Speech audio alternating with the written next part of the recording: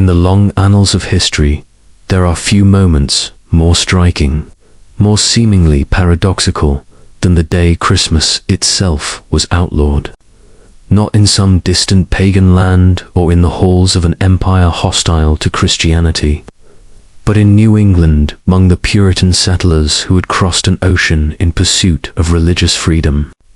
From 1659 to 1681, the celebration of Christmas in Massachusetts was not simply discouraged.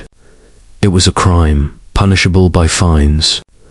To understand how the day that now stands as a cornerstone of Western tradition became forbidden in the Massachusetts Bay Colony, one must travel back to a world where faith, law, and daily life were inextricably bound, and where the meaning of Christmas itself was deeply contested. The Puritans who settled Massachusetts in the early 17th century came from a land already torn by disputes over faith. In England, Christmas had been for centuries a time of festivity, but also of mystery. The 12 days of celebration were often filled with drunkenness, gambling, feasting, and rowdy public revelry. In the eyes of the godly reformers, Christmas was not a holy day at all, but a carnival of sin. Its roots, they argued, lay not in scripture but in ancient pagan festivals. The early Christians who first observed the Nativity on December 25th, wrote Puritan leaders, did it without the command of God. To them, honoring Christmas was little different than idol worship. The Puritans' vision of society was one of sober discipline, of communities knit together in the pursuit of godliness. They rejected not only the frivolities of the holiday, but its very premise. Nowhere in the Bible, they noted, was there mention of Christ's birth date, let alone any command to mark it. What was commanded weekly Sabbaths, days of fasting, and days of thanksgiving, those they observed with rigor. But Christmas, in their view, was an invention of the corrupt Church of Rome, carried on by Anglicans who had failed to fully reform. Thus, when the Puritans established their colony in Massachusetts, they sought to build a society free of such popish traditions. The ban came into full force in 1659. A law was enacted in Boston that declared, "Whosoever shall be found observing any such day as Christmas or the like, either by forbearing of labor, feasting, or any other way, every such person so offending shall pay for every such offense 5 shillings. 5 shillings was no small sum for a laborer in the colony, and the message was unmistakable. Christmas had no place in the godly commonwealth. To the Puritans, work was the truest mark of faithfulness. On December 25th, one should be at the plough, the forge, or the lumnot in merriment.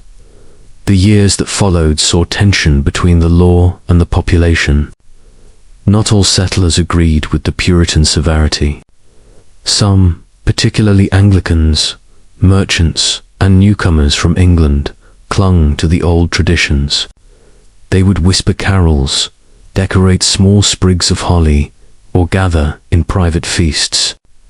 In Boston, magistrates and constables watched closely, finding those caught shirking their duties or engaging in celebration.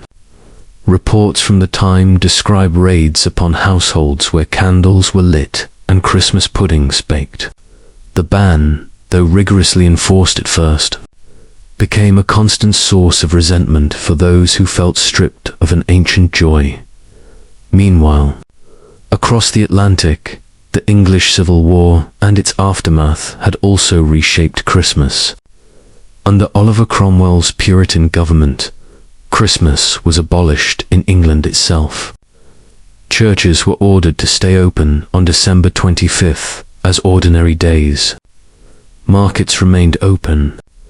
Ministers who dared to preach a Christmas sermon were censured. Yet with the restoration of Charles II in 1660, Christmas quickly returned in England, resuming its place in the calendar. But in Massachusetts, the ban endured, even as the mother country reversed course. This only heightened the sense that the Puritan colony was not merely another English province, but a society set apart, bound by stricter standards. The climax of the conflict came in the late 1670s, when immigrants and merchants in Boston began openly resisting the law. Complaints reached the colonial authorities in England that Massachusetts was too harsh, too rigid in its rule. The royal governors who began to take greater oversight of the colony in the 1680s found the ban embarrassing, a mark of Puritan obstinacy. And in 1681, after 22 years, the law against Christmas was finally repealed. Yet its repeal did not instantly restore the holiday to glory. For decades after, many Puritan families continued to treat December 25th as any other day, working as usual, while Anglicans and other groups held quiet services. Cotton Mather, the famous Boston preacher, thundered from the pulpit against those who would turn this day into a saturnalia. In rural towns, Christmas was scarcely noted at all. It would take more than a century and the cultural changes of the 18th and 19th centuries before Christmas became broadly celebrated in New England. The legacy of the ban tells us much about the Puritan project. It reminds us that the very freedoms sought in a new world often came with restrictions for those who did not conform. The Puritans left England seeking liberty of conscience, but they enforced their vision with a severity that left little room for dissent. Their suspicion of Christmas was rooted in a larger struggle between scripture and tradition, discipline and indulgence, purity and corruption. And though the ban ended in 1681, its memory lingers as a symbol of the rigidity and resolve of early Massachusetts. Today, it is difficult to imagine Christmas without New England, without snowy villages, evergreen wreaths, and the ringing of church bells. The irony is striking. The very land that once outlawed the holiday now helped shape its imagery. From Carrier and Ives' prints to the poetry of Longfellow, from Boston's winter markets to the simple wreaths hung in small-town windows, New England came to embody the Christmas spirit. The Puritans may have silenced Christmas for a generation, but they could not erase it from the culture forever.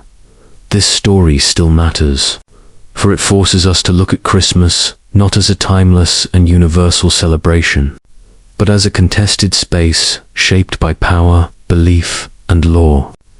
It reminds us that traditions we take for granted were once fragile, debated, even forbidden.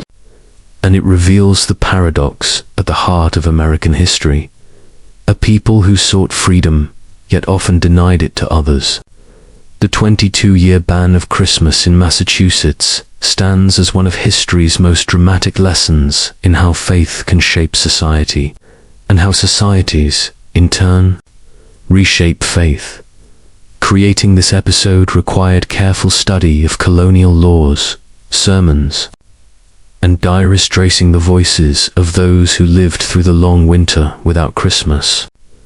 If you've found value in this journey through history, consider supporting the effort to bring more stories like this to life. For history is never just in the past. It is always unfolding in the way we remember, retell, and reflect. And in that remembering, the spirit of the past still breathes.